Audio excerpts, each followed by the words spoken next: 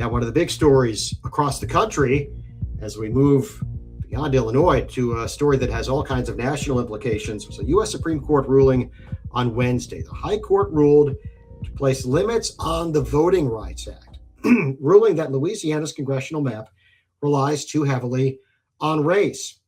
And so we're going to look at this ruling, and it has, as I said, all kinds of implications across the country. Lawmakers now we could be looking at in Louisiana and potentially in other states as well. We'll get into some implications in other states once we get beyond the ruling itself, reviewing it, the arguments, the pros and cons, and what we're hearing again. But the epicenter for this case, although the decision came down from Washington, D.C. with the U.S. Supreme Court, the epicenter is Louisiana because the case involved the challenges to the Voting Rights Act, specifically Section 2, and how it affects the Louisiana congressional map, which now it appears is going to have to be redrawn. So our reporter, Nolan McHenry, is going to be joining us here on the Center Square Daily to discuss this. And we're very pleased to bring in Nolan now. Nolan, great to see you. Thanks so much for joining us today. Hey, Jim. Thanks for having me. I appreciate it. Thanks for your outstanding reporting on all kinds of topics. And I'd love to some future show talk about Louisiana seafood and how it's important, especially to people in your state, to have Louisiana seafood and not stuff from elsewhere. But anyway, right now, let's talk about this ruling. If you can kind of break this down for us, review it, and tell us about the arguments and how the vote came down. Sure. So the Supreme Court has ruled that Louisiana's current congressional district map is unconstitutional. It's a racial gerrymander, which means that it was created with the intent of using race in order to create it. It created a second district in which Black Americans outnumber any other race, and that was the intent in creating that map. And so the key holding is that the Voting Rights Act did not require the state to draw the map in that way, and that they had no compelling interest that justified using race. They did not strike down Section 2, although you can certainly make the argument that they've limited it quite significantly. The vote was 6-3 across ideological lines. The conservatives voted to strike it down, and the liberals voted against that ruling.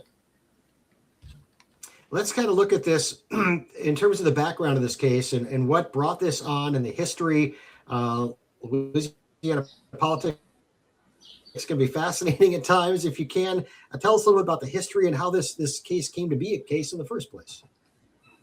So after the 2020 census, the state kept or drew a map that included only one district in which Blacks outnumbered any other race.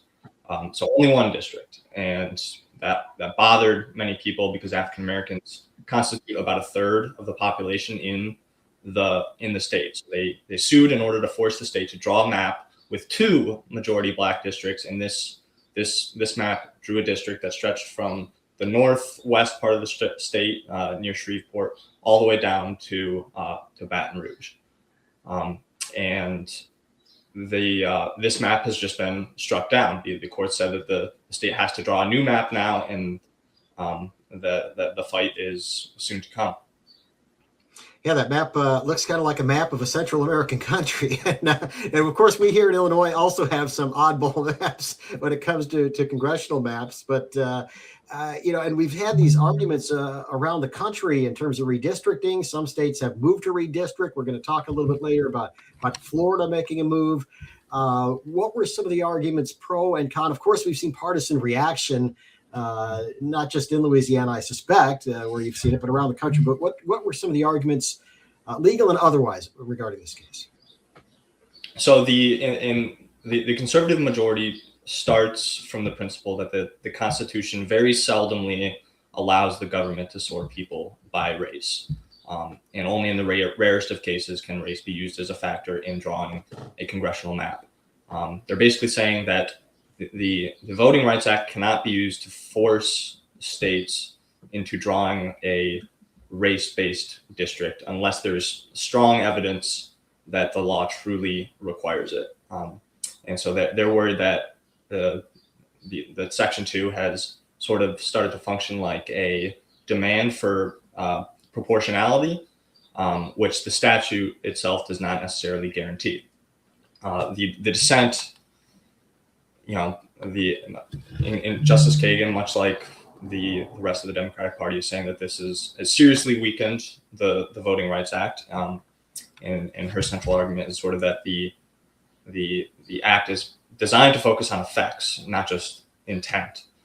So in other words, the question should be whether minority voters have less opportunity than other voters to elect candidates of their choice. So in Louisiana, overwhelmingly Democrats tend to be black and Republicans tend to be white. And so she argues that in Section 2 in 1982, Congress amended that section because proving discriminatory intent is extremely hard. You're unlikely to find a legislature that is saying that we are drawing this map in order to limit the voting power of a certain group. And so the dissent is saying that the majority is in effect created a loophole, and if race and party overlap, a state can now say we are targeting Democrats, not black voters. And so there, as I said, there are going to be implications across the country. But first, it is an election year. What happens now in Louisiana? There's going to have to be, I suspect, correct me if I'm wrong, a mad scramble to get a new map to change the one we just saw. That's right. And that scramble has started today. The governor put out a statement today saying that they intend to redraw the map before the general election. In fact, they plan to postpone the primary, which early voting for which is expected to start on Saturday. Well, not anymore. So this is, a monumental change, and it will have serious implications for the general election in November. I talked with a University of Illinois law professor yesterday because in Illinois yesterday, in the wake of this ruling, the state Senate was set to move on a redistricting amendment. It was a measure for a state constitutional amendment that would have changed the way districts are drawn, and race was a key part of that. The measure had already passed the House. It was actually sponsored by the Speaker of the Illinois House, and the Senate had hit the pause button on this. The Illinois Freedom Caucus came out immediately and said, see, we told you so. Essentially, this was unconstitutional.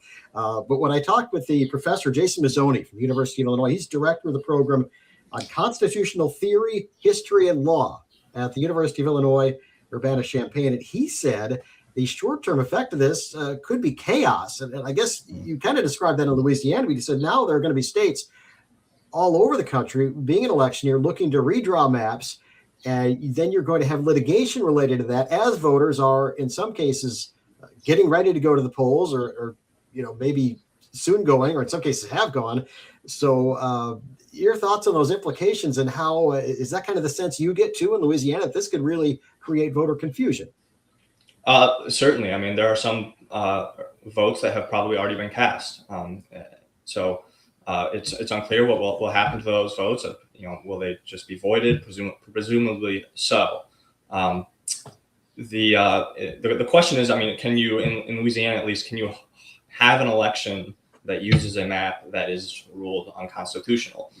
If they were to go ahead with the election, it's very, very possible that whoever loses the election is going to challenge the results and saying that, well, this map was unconstitutional and therefore the election was void in a sense.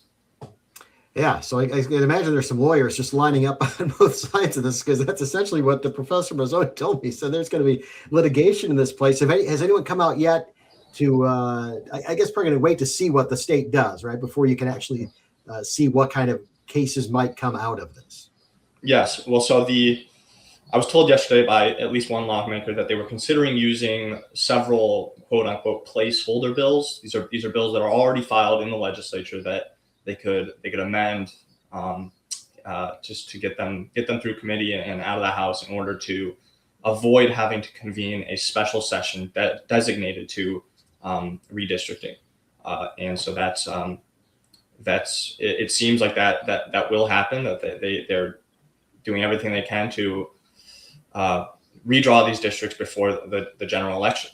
Nolan, fascinating stuff. Thanks so much. Great reporting. I saw your story on that before anybody else's. It was up, it seemed like, immediately. And so, as always, great stuff at thecentersquare.com. Nolan McHenry, thank you so much for your time. And we'll keep an eye on this and your reporting as things continue at thecentersquare.com.